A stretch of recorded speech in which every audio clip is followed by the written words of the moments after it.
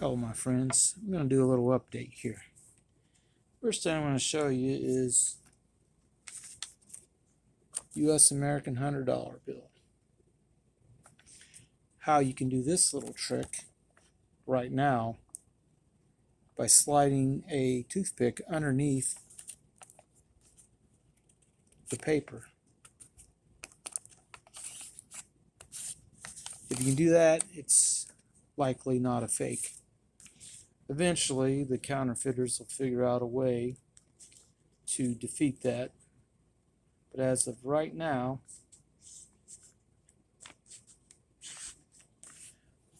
I have two of them here. Those are both legitimate $100 bills. There's not a spot on the 50 to do that, so if you have 50s, you're out of luck for that. Now, just digging around my house decluttering some, I found this.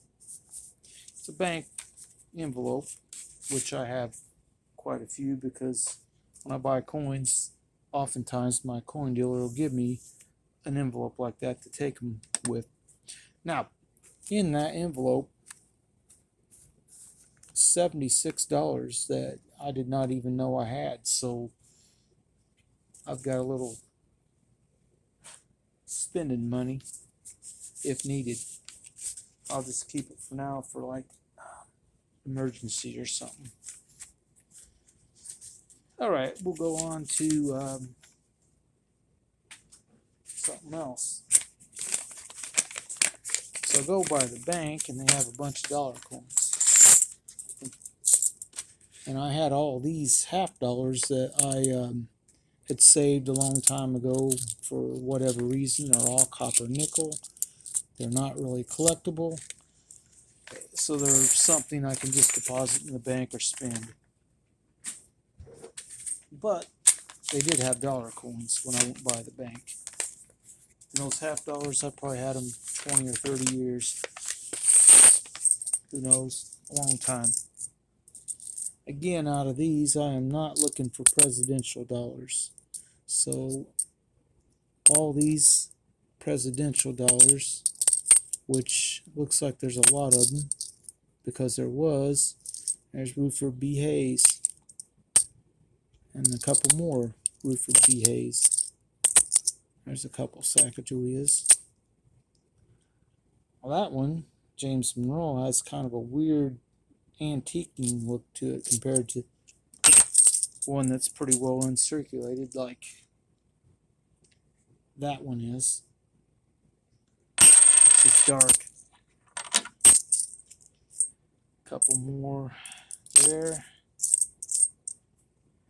Alright, I have 3 Sacagawea dollars, and then there's another Susan B. Anthony, which isn't worth anything but $1. So I got $13 there and 3 more there. And then these other 2 I left here from the other day. But what I'm looking for is a Wounded Eagle die. And they have to be 2000 Philadelphia, like that. One is, that one is, and that one is. These are all Philadelphia. So flip them over to the back and see if I can see any raised piece on the coin right through the back of the body of the eagle. That does not have it. You can look these up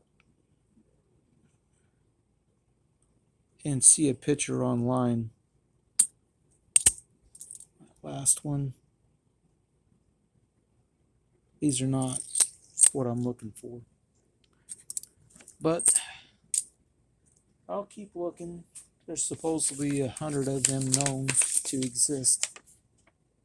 And when there's that many, there could be a few more.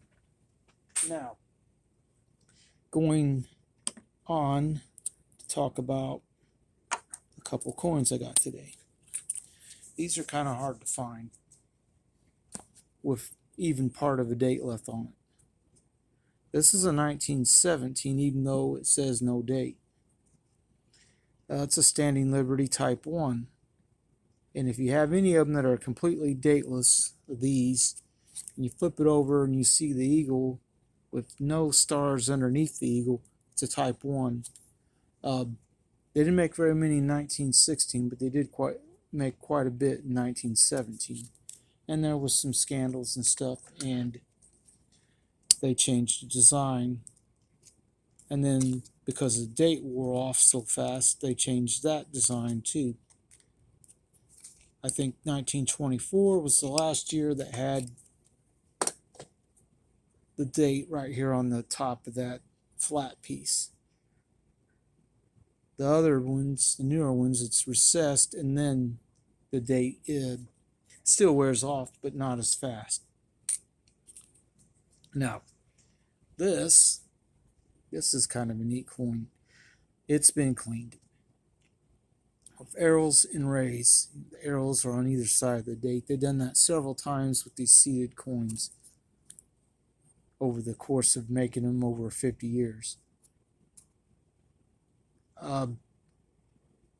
The rays around from behind the eagle here is what makes this different.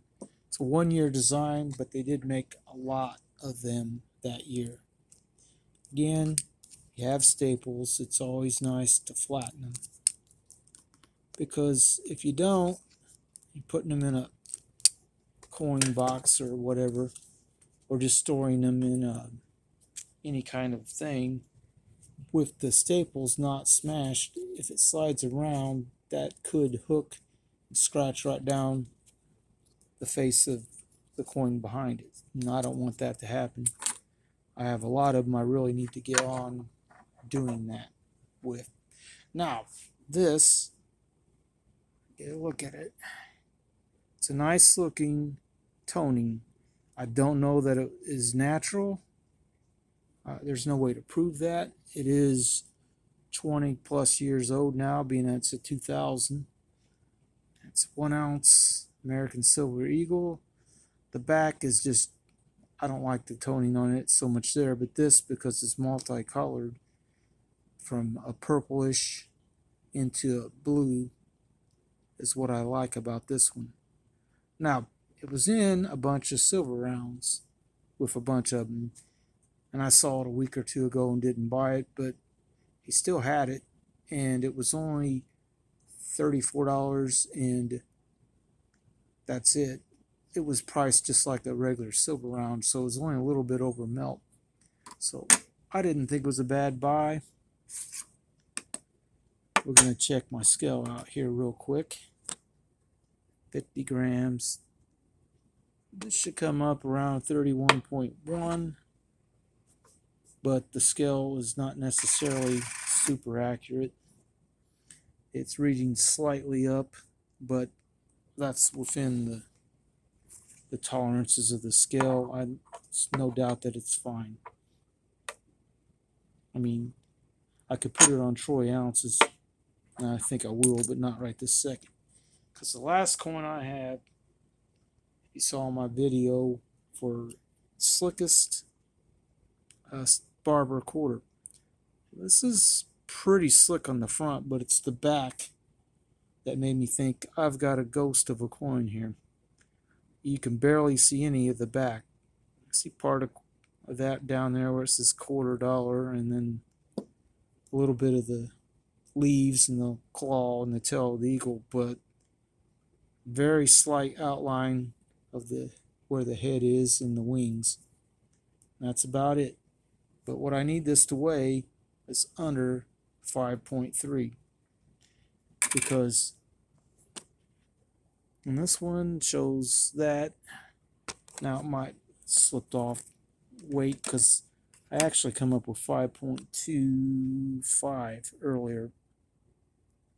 Well, it's showing 5.26. We'll check the scales are always tricky. And I'll see, here's why. Because that 50 gram is showing 49.97. So I have to zero it out. And now it's showing 50 grams. And now I'll put the quarter back on. I'm coming up with 5 1/4. Exactly 1 gram under the weight it started at, and it's less than the one I had for the challenge, so it's a new entry. So we changed this to 1 ounce Troy, and it's showing 3 zeros after the 0. Now we'll put the American Silver Eagle back on it, and it should come up real close. 1.005. That's an American Silver Eagle. That's where they usually weigh. And the 50-gram scale showing 1.6, but I don't know why they picked 50 grams to do that. Now, you can also use penny weight. It's 20 penny weight for an ounce. That's DWT on this scale. This should be 20. It's showing slightly over, but it's within the tolerance of the scale. And you can also weigh it by grains. I don't know how much this should weigh as grains, but it's going to be a pretty high number. 482.8 grains. That's probably pretty close to what 1 troy ounce should be on this. And anyway, that's pretty much the video I have. And this Standing Liberty quarter reading out at 5 1/4 is just one little touch higher than what Pirate Stacker's was when his was 5.24. And this come up 5.25.